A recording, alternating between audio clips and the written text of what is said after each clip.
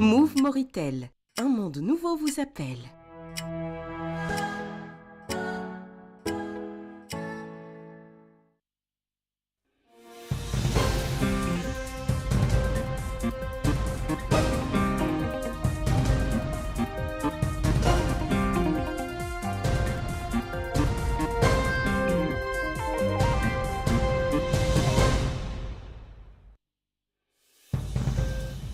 Le Conseil des ministres approuve des projets de décret relatifs à l'attribution de concessions provisoires visant à contribuer à l'augmentation et la diversification de la production agricole, la création des opportunités d'emploi et la stimulation de l'économie nationale à travers le développement et la modernisation du secteur agricole.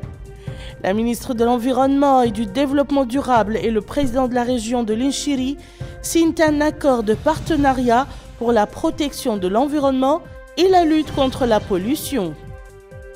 Et les rideaux sont tombés sur le salon de l'emploi et de la formation professionnelle, centré sur l'employabilité des jeunes, défis et perspectives.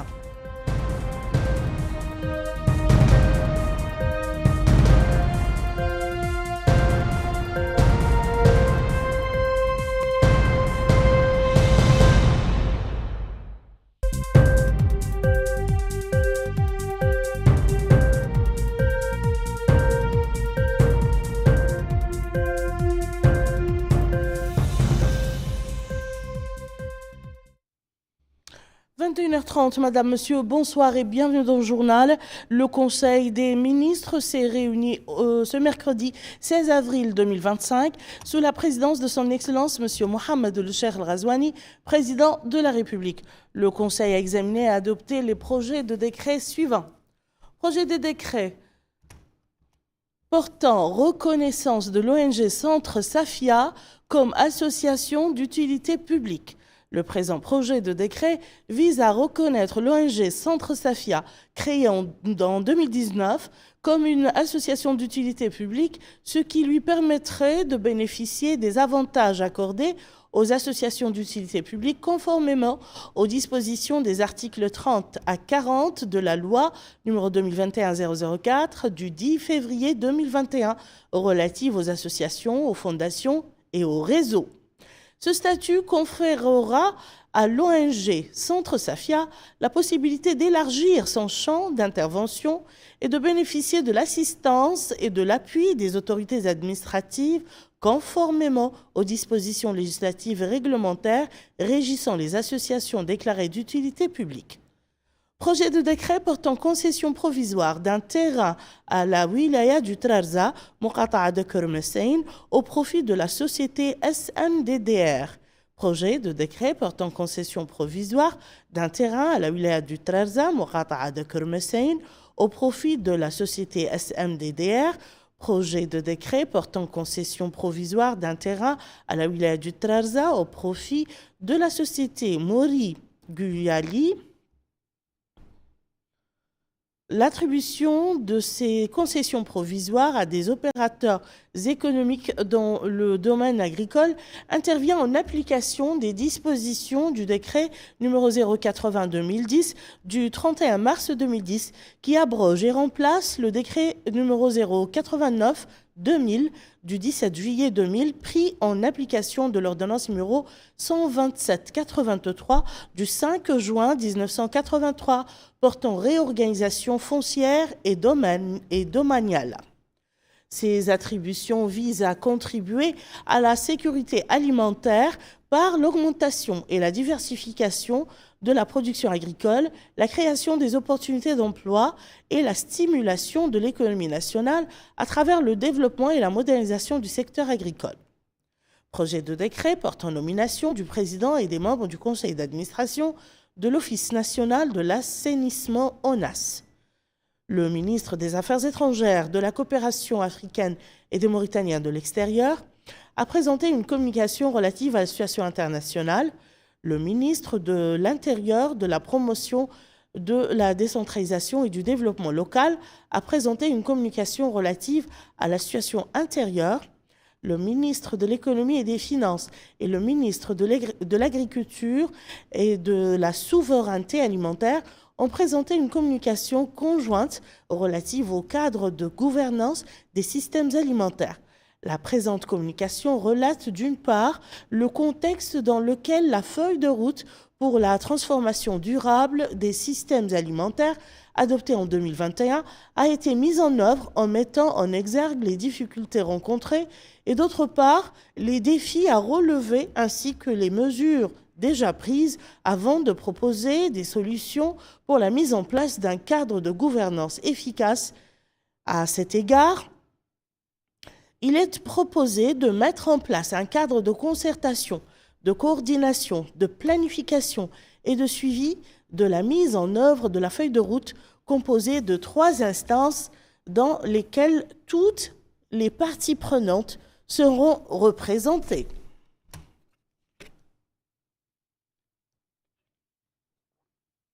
Le ministre de la Santé et le ministre de l'Économie et des Finances ont présenté une communication conjointe relative aux procédures de mise en œuvre de la stratégie nationale de vaccination 2024-2028. Cette stratégie vise à améliorer les principaux indicateurs liés à la morbidité et à la mortalité maternelle et infantile au cours de la période 2024-2028. Elle se concentre sur le renforcement de la coordination entre les parties prenantes et les partenaires, l'amélioration de l'accès aux services de vaccination, en particulier dans les zones rurales, l'intégration de la stratégie nationale de vaccination dans le cadre des dépenses à moyen terme afin de garantir un financement conséquent et durable. Enfin, le Conseil a pris les mesures individuelles suivantes. Ministère de l'Enseignement supérieur et de la Recherche scientifique, établissement public, Centre national des œuvres universitaires, directeur Cheikh Sid Ahmed El Bekkaï Achour Samba Mbouirik, précédemment directeur administratif de Ma'aden Mauritanie, en remplacement de Mohamed Radi Saddava, dont il est mis fin à ses fonctions. Ministère de l'Environnement et du Développement durable, cabinet du ministre, conseiller chargé de la coopération et des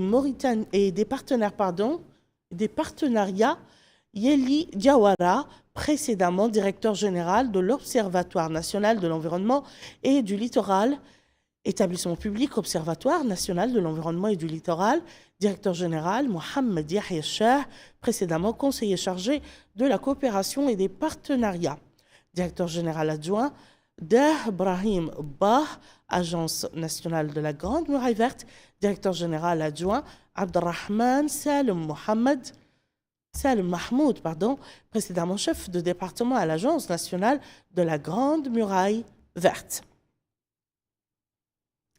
Le ministère de l'Environnement et du Développement durable et le Conseil régional de l'Inchiri conjuguent leurs efforts pour lutter contre la pollution et sauvegarder l'environnement. Cela s'est traduit aujourd'hui par la signature d'une convention sur laquelle la ministre de l'Environnement et du Développement durable, Mme Masouda Mtebaham, et le président de la région de l'Inchiri, Cheikh Mel'ainin Ould Gharabi, ont apposé leur signature.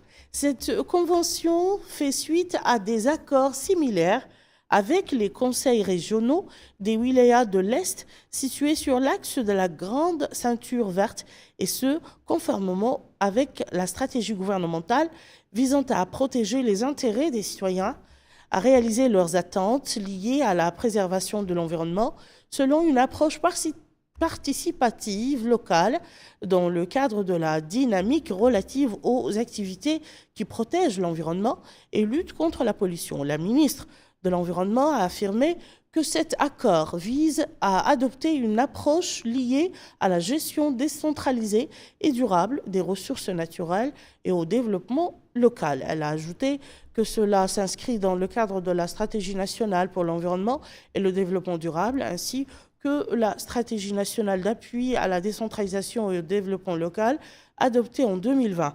De son côté, le président de la région de l'Inchiri a salué cette nouvelle approche qui représente un engagement harmonieux et positif du secteur de l'environnement et du développement durable auprès des communautés locales. Il a ajouté que l'Inchiri est considéré comme une wilaya industrielle par excellence, englobant toutes les industries avec des aspects positifs et négatifs, tels que l'exploitation minière locale et l'exportation de cuivre, ce qui nécessite l'existence d'un organe exécutif qui prend en compte ces caractéristiques et travaille à assurer une surveillance stricte dans le cadre de la lutte contre la pollution de l'environnement. La Commission des finances de l'Assemblée nationale, présidée a examiné mardi soir le projet de loi portant règlement définitif du budget 2023.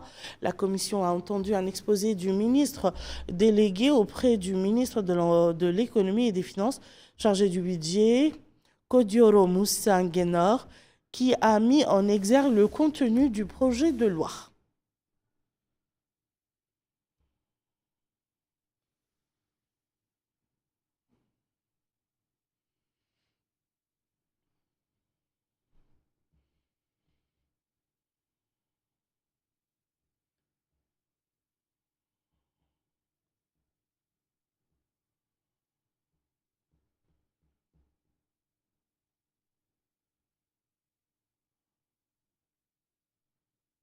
Je vous le disais dans les titres, les rideaux sont tombés ce mercredi sur le Salon de l'emploi et la formation professionnelle organisé par le ministère de l'Autonomisation des jeunes, de l'emploi, des sports et du service civique en collaboration avec l'Union nationale du patronat mauritanien.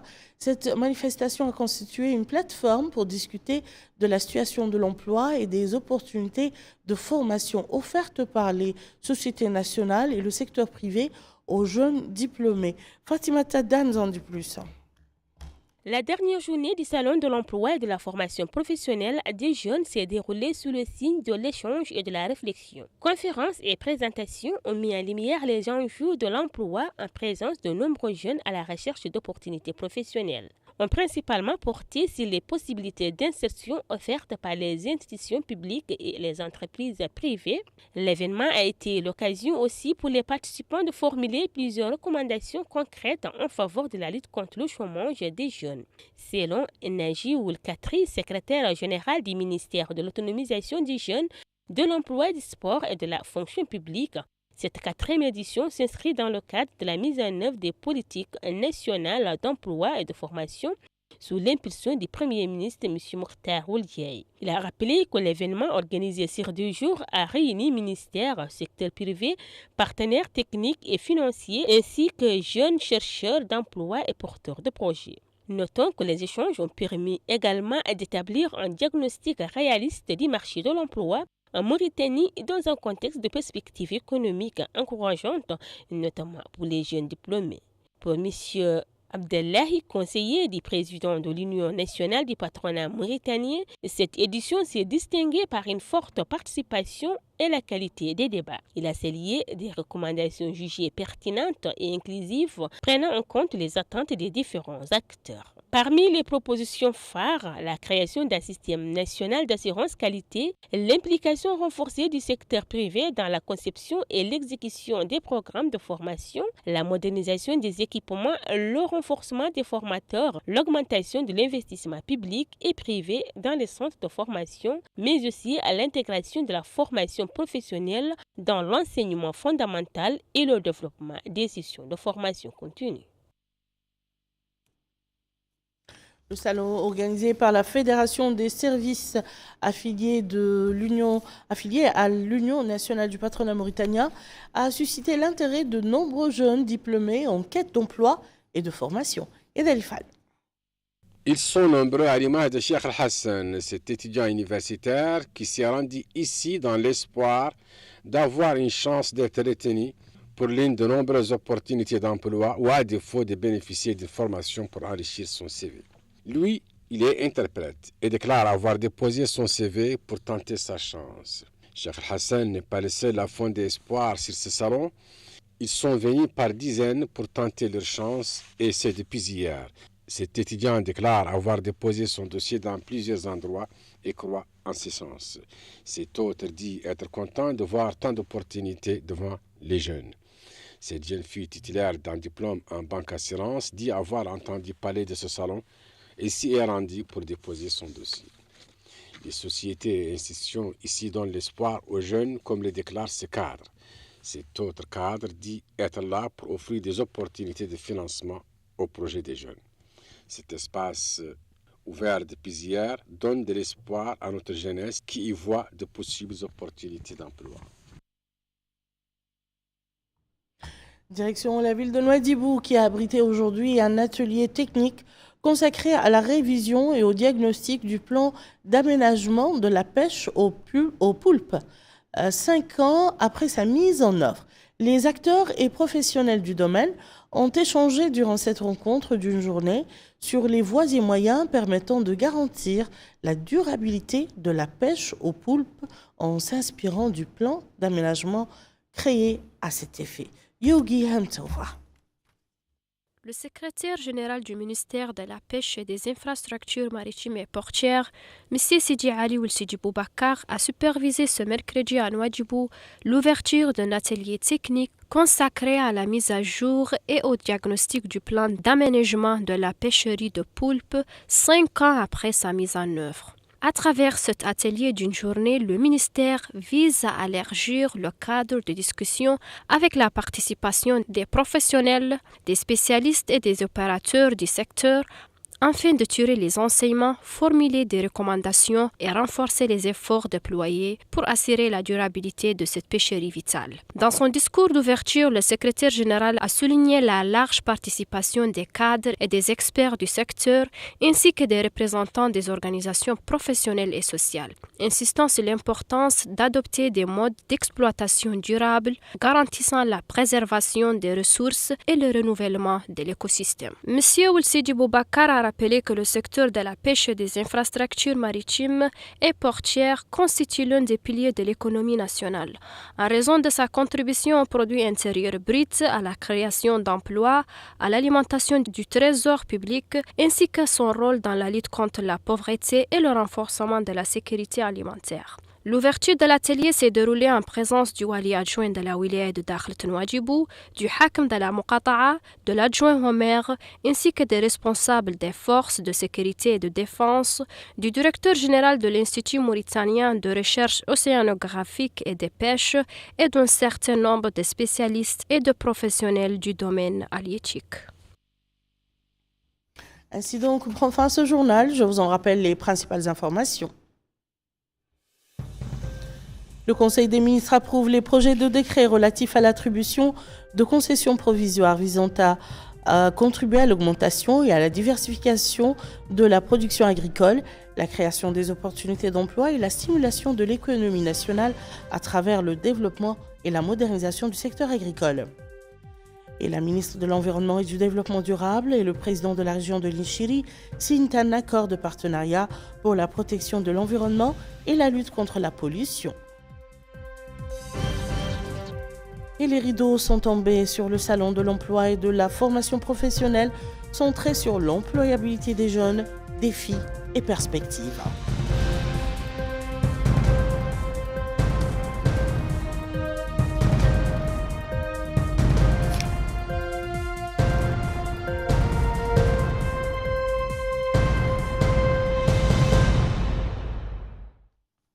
Merci, messieurs, dames, de nous avoir suivis. À très bientôt, Inch'Allah.